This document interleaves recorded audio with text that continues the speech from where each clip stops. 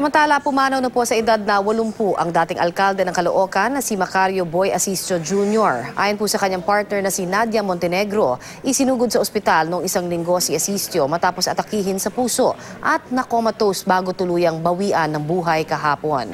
Ibinahagi ni Nadia sa kanyang Instagram ang mensahe ng pamamaalam sa kanyang partner na nakasama niya ng 27 taon. Idinaan din sa online post ni Ina at Aliana Asistio ang pag-alala sa kanilang namayapang ama. Ngayong araw ibuburol ang labi ni Asistio sa Loyola Memorial Chapel sa Quezon City. Ililipat naman ang kanyang labi sa Caloocan City Hall sa Biyernes. Sa Sabado nakatakda ang libing ni Asistio sa Eternal Garden sa Caloocan City.